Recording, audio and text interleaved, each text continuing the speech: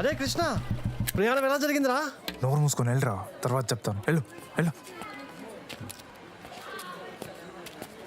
ఆగక్కడ. ఒక మంచి ఉద్యోగం వచ్చిందని ఫోన్ చేస్తే ఫోన్ తీయలేనంత బిజీ అయిపోయావా? ఎక్కడికి వెళ్ళావురా? ట్రై చేశాను, లైన్ దొరకలేదు. ఉద్యోగం కోసం ఆపరా నీ పిచ్చి పిచ్చి వేషాలు. నువ్వు చెప్పే కథలు వినడానికి ఆడిటోరియంలో కూర్చున్న ఆడియన్స్ కాదు ఇక్కడ. చెయ్యి, నీ బుద్ధిన నమ్మకం పోయింది. ఇక నుంచి ఇంట్లో ఇద్దరు మగాళ్ళు ఖాళీగా ఉండడానికి వీల్లేదు. ఇదిగో, ఈ రోజు గురువారం. మళ్ళీ గురువారంలోగా ఉద్యోగంతో ఈ ఇంట్లో అడుగు పెట్టు, లేదా నాకు కొడుకే లేడనుకుంటా. నాన్న నాన్న నేను చెప్పేది. వెళ్ళు.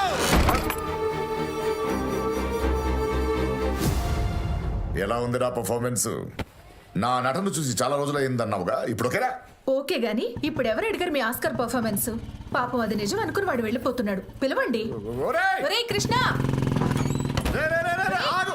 కృష్ణ, ఆయన ఏదో సరదాగా అన్నారా? కృష్ణ ఆగురా. రే ఫోన్ లేవే, నా యాక్టింగ్ వర్క్ చేసింది. ఇదే ఆవేశంతో వెళ్ళి వాడు ఉద్యోగం తీసుకొస్తే సంతోషించింది మనమేగా. రా. ఈయన వినరు.